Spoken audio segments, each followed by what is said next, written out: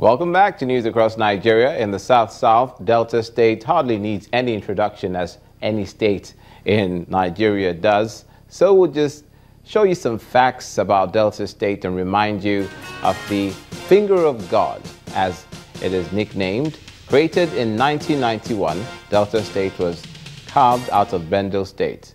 In the South-South, the capital is Asaba.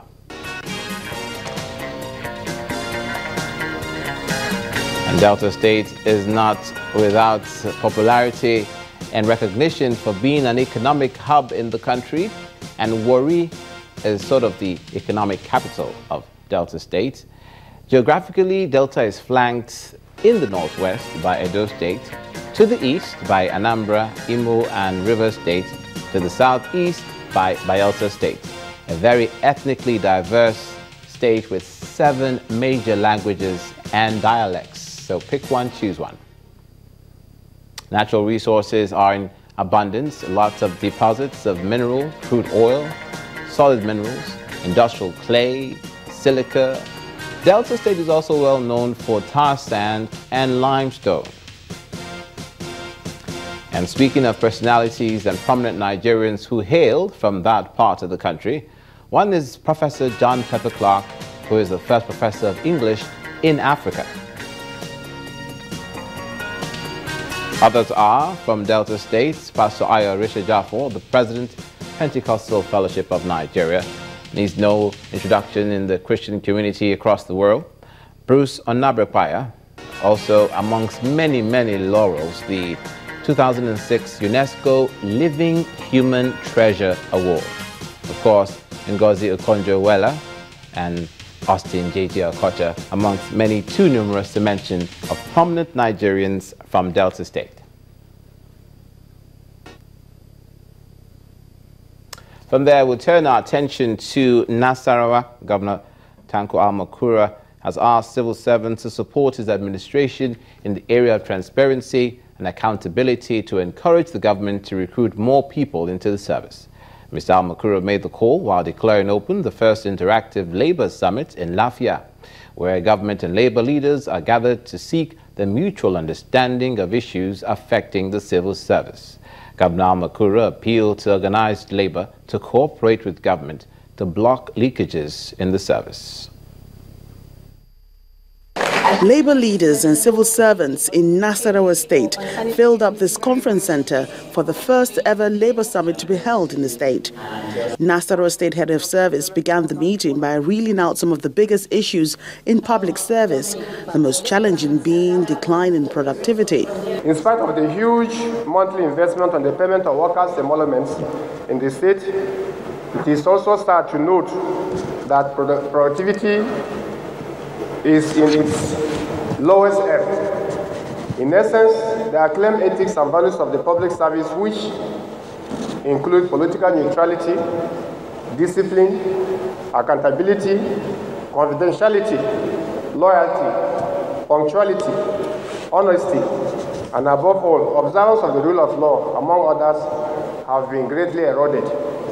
The Nasarawa State Chairman of the Nigerian Labour Congress is optimistic that the summit will help solve some of these problems. Considering the challenges that civil servant and the state civil service are facing, this summit will not only decide on labour issues, but do a critical appraisal of some economic and social political development, but will also, as usual, posit workable and viable alternative to the present economic situation workers and the masses are facing today.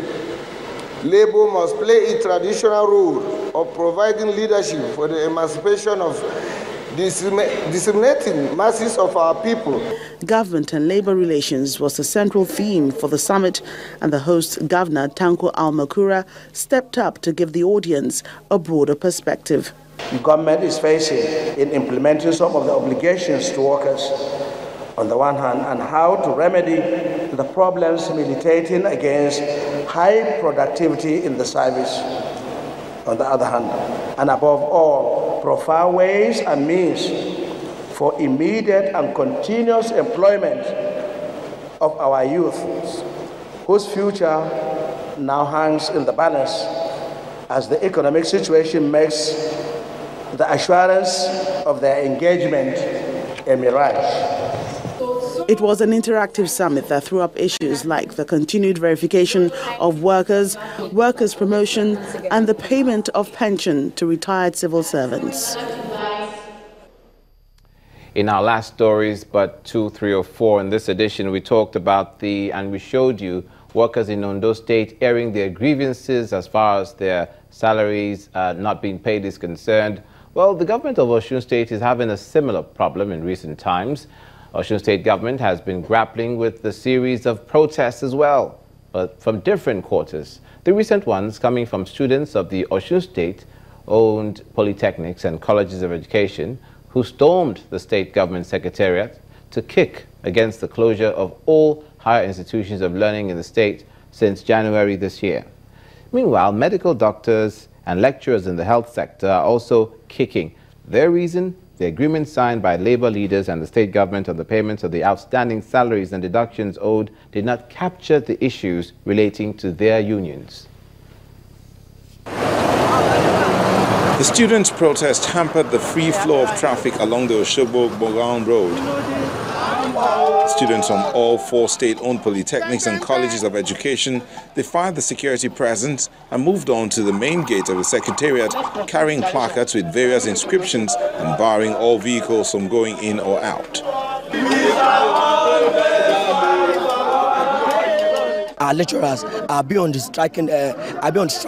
One strike since January 11 this year. So they've been given 2 days one strike to the government of Osun for their station, for their demands. But finally, the government of Osun refused to answer them or to call them on the negotiation table for them to issue something out. So later, they now bank on strike, indefinite strike, as that June this year again. Indefinite, that every various campuses has been shut down since then, and that is the reason why you are seeing us outside. Amongst the trapped commuters is the state's deputy governor, Mrs. Titi Laoye Tomori, who is also the commissioner for education in the state. She tries to appease the students. She assured the students of government's intentions to end the 9 months industrial action of their lecturers. They must resolve. That may have been soothing to the ears of the students as they dispersed. But elsewhere in the state, the leadership of the Association of Medical and Dental Officers and the resident doctors from the Lautech Teaching Hospital Osogbo are also aggrieved. They claim they are not part of the negotiation and issues relating to the non-implementation of the federal government circular on adjusted CONMES, which is the salary scale for doctors and was not captured in the agreement, and that there is still evidence of arbitrary cut in the doctors' pay. Lecturers in the state-owned tertiary institutions have also refused to call off the ongoing strike until the government agrees to its demands. In the meantime, the medical doctors have issued a strike ultimatum, and while the lecturers have vowed not to call off their strike there, the students in the middle of it all are worst hit and are appealing for peace. And that's where we draw the curtains for this edition of News Across Nigeria, where we show and tell you what's happening now in the 36 states of the Nigerian Federation. Many thanks for watching. I'm Olumide Macaulay. See you again.